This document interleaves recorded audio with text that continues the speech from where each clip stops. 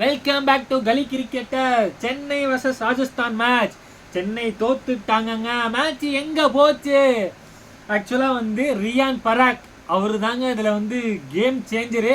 ஏன்டா இப்படி சொல்கிறேன்னு பார்த்தீங்கன்னா, கடந்த 2 மேட்சாக ராஜஸ்தான் ஓப்பனிங்கே ஜெய்ஸ்வாலும் சாம்சனும் எங்கே ஒன் டவுன் தான் ரியான் பராக் இறங்குவார். ஆனால் இன்னைக்கு ஒன் டவுன் யார் இறங்குனா? நிதிஷ் ராணா. அவர் இறங்கி என்னங்க பண்ணார்? 81 ரன் அடித்தார்.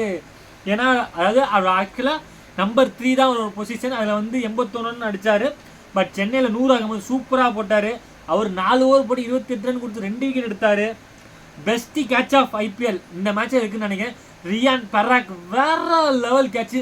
விஜய் சங்கர் அதுவும் வேற லெவல் கேட்ச். ப்ரெஷர் சுச்சுவேஷனில் எப்படி கேட்ச் பிடிக்கணும்னு ஹிட்மேயர் காட்டினார். ஆக்சுவலாக ராஜஸ்தான் பவர் பிளே 7 ஓவருக்கு 6 ஓவருக்கு 79 கொண்டு வந்தாங்க. பட் அஸ்வின் நீங்கள் கார்டு எடுத்து பார்த்தீங்கன்னா மேட்ச் முடிஞ்சு பார்த்தீங்கன்னா 4 ஓவருக்கு 46 ஒன்று இருக்கும். ஆக்சுவலாக 7 to 10 அந்த ஓவரில் ராஜஸ்தான் வெறும் 20 ரன் தாங்க அடிப்பாங்க ஒரு விக்கெட்டுக்கு. அந்த ஓவரில் யார் போட்டது? 100 ஆகும்போது அஸ்வின் தான் போட்டார்.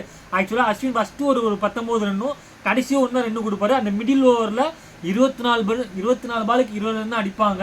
ஆக்சுவலாக அங்கேயே கம்பேக் கொடுத்தாங்க சிஎஸ்கே. அப்புறம் பார்த்தீங்கன்னா சிஎஸ்கே பேட்டிங் விளையாடும் போது ஃபஸ்ட்டு ஓவர் ஆர்ச்சர் மெய்டின் விக்கெட் எடுத்தாருங்க. யாருன்னு காட்டினாரு? அவர் ஃபேஸ் எப்படி இருக்கும், அவர் லென்த்தில் போட்டால் எப்படி இருக்குன்னு தெரியும். அவரும் அது சிஎஸ்கே அகேன்ஸ்டாக 3வது தடவை இது பண்ணுறாருங்க. 3வது தடவை மெய்டின் விக்கெட் எடுக்கிறாருங்க. ஆக்சுவலாக சிஎஸ்கே ஃபஸ்ட்டு பவுண்டு 23வது பால் தான் அடித்தாங்க. மேட்ச் அங்கேயும் போச்சுங்க. அதே மாதிரி அவர் கேப்டன்ஷிப்பில் என்னெல்லாம் பண்ணியிருக்காருன்னு பார்த்தீங்கன்னா, தேக்ஸ் பாண்டேக்கு போன மேட்ச்சில் 5 ஓவர் ஃபஸ்ட்டு கொடுத்தாரு ரியான் பராக். இந்த தடவை 2வது ஓவரே கொடுத்தாருங்க. அதே மாதிரி அசுரங்கா 4 ஓவர் போட்டு 4 விக்கெட். ஒவ்வொரு ஓவர்லையும் ஒவ்வொரு விக்கெட்டுங்க. ஃபஸ்ட்டு விக்கெட்டு ராகுல் திருப்பதி, 2வது விக்கெட் சிவம் தூபே. அது மாதிரி 4 ஓவர் போட்டார். 4 ஓவருமே தனித்தனியாக விக்கெட். ஆக்சுவலாக பார்த்தீங்கன்னா வீடியோக்குள்ளே போகலாம். ஃபஸ்ட்டு எப்படி ஆரம்பித்தாங்கன்னு, ஜெய்ஸ்வால் நல்லா ஆரம்பித்தார் பேட்டிங்கில். கவர் ட்ரைவ் சூப்பராக அடிப்பார். பட் அவுட் ஆயிடுவார். அப்புறம் ராணா ஒன்று வந்தது தான் ஹைலைட்டு. வேறு லெவலில் விளாண்டார். 6 ஓவருக்கு 79 கொண்டு இருந்தாங்க. அப்புறம் 100 ஆகும்போது அஸ்வினும் அட்டாக்கு வந்தாங்க. சூப்பராக போட்டாங்க. 24 பாலுக்கு 20 ரன் தான் அடித்தாங்க. அங்கே லைட்டாக மூவ்மெண்ட் டவுன் ஆச்சு. ஒரு விக்கெட் சஞ்சு சம்னா அவுட் ஆகியிருந்தார். பட் 12வது ஓவர் மறுபடியும் அஸ்வின் போட்டாருங்க. அங்கே தான் அடித்தார். இருந்தாலும் அவரோட எக்ஸ்பீரியன்ஸ் என்னென்னு அப்போ தான் காட்டினார். அதாவது நிதிஷ் ராணா ஃபஸ்ட்டு பால் 6, அடுத்த பால் 4ன்னு அடிப்பார். அடுத்த பால் இறங்கி வருவார். அவர் எப்போதும் போகிற ஃபேவரட் பால் நின்று போட்டார். தலை தோனி ஸ்டம்பிட்டு அடிச்சுட்டாரு. அப்புறம் ஜூரால் வந்தார் சென்றார் அப்படிங்க போயிடுச்சு. அசுரங்கா ஜடேஜா பவுலில் அவுட் ஆகிட்டார். ஒவ்வொருத்தனும் ஐயோ, அதாவது இந்த மேட்ச் வேற லெவலில் கேட்சு பிடிச்சாங்க. 3-4 கேட்சு. பட் ஓவர் டேன் எப்படிங்க? ஒரு இன்டர்நேஷ்னல் கிரிக்கெட் பாலுக்கு இப்படி வச்சு பயந்தீங்கன்னா என்னங்க? நீங்கள் ஒரு பாலை மிஸ்டேக் பண்ணிட்டீங்கன்னா ஆனால் வெளியேருந்து பார்க்க அது பயந்த மாதிரியே தெரிஞ்சிச்சுங்க. அதாவது ஒரு நீங்கள் லோக்கல் பிளேயர் கூட இன்டர்நேஷ்னல் பிளேயர் அவர் அப்படி கேட்ச் அவுட் தான் ஒன்றும் புரியல. பட் பத்திரனா அதாவது எப்படி சிஎஸ்கே யூஸ் பண்ணணுமோ அப்படி யூஸ் பண்ணாங்க. 18வது ஓவர் போட்டு 1 ரன் கொடுத்து ஒரு விக்கெட் எடுத்திருக்காருங்க. 18வது ஓவர் ரியான் பராக் செட்டான பேட்ஸ்மேனை வச்சு 3 டாட் பால் 1 விக்கெட். ஆக்சுவலாக அங்கே தான் கம்பேக் கொடுத்தாங்க. அதுவே பார்த்தீங்கன்னா 17 to 20 அந்த ஓவரில் பத்திரனா 2 ஓவர் போட்டிருக்காரு.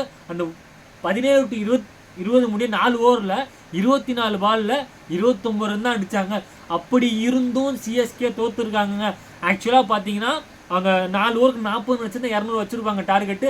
சிஎஸ்கே தோற்றதுக்கான காரணங்கள் இதுதான் நான் நினைக்கிறேன். ரியான் பராக் கேப்டன்ஷிப் தான் வேறு லெவலில் இருந்துச்சு. அதே மாதிரி அவங்களுக்கு பவர் பிளேயில் ஸ்கோர் வரலங்க. அதாவது ஆர்ச்சர் 2 ஓவர் போட்டு 1 ரன்னு தான் கொடுத்துருப்பார் பவர் பிளேயில். ஆக்சுவலாக அதுக்கப்புறம் கொண்டு வந்தாங்க, கம்பேக் பண்ணாங்க. 6 ஓவருக்கு 42 ஒன்று இருந்துச்சு, 10 ஓவருக்கு 74 ஒன்று இருந்துச்சு. பட் ஃபினிஷிங் வேணுங்க. உங்களால் தூபேவால் மட்டும்தான் உங்களால் 6 அடிக்கிற கெப்பாசிட்டி இருக்குங்க.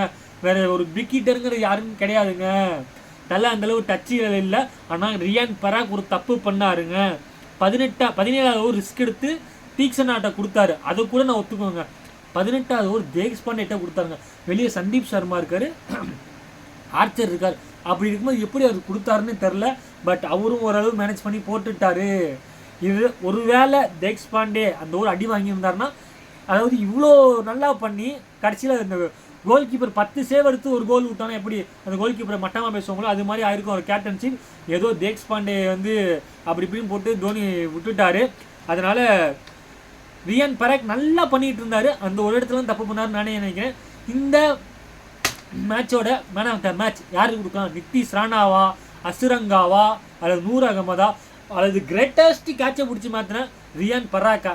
எனக்கு தெரிஞ்சு நித்திஷ் ராணா தான் கொடுப்பாங்க நான் நினைக்கிறேன். நீங்கள் யாருக்கு மேன் ஆஃப் த மேட்ச் கொடுப்பீங்கன்னு கமெண்ட் பண்ணுங்கள். இந்த வீடியோ பிடிச்சிருந்தா லைக் பண்ணுங்கள், ஐபிஎல் பார்க்கணும் ஃப்ரெண்ட்ஸ் ஷேர் பண்ணுங்கள், மறக்காம நம்ம சேனலை சப்ஸ்கிரைப் பண்ணுங்கள். Thank you guys.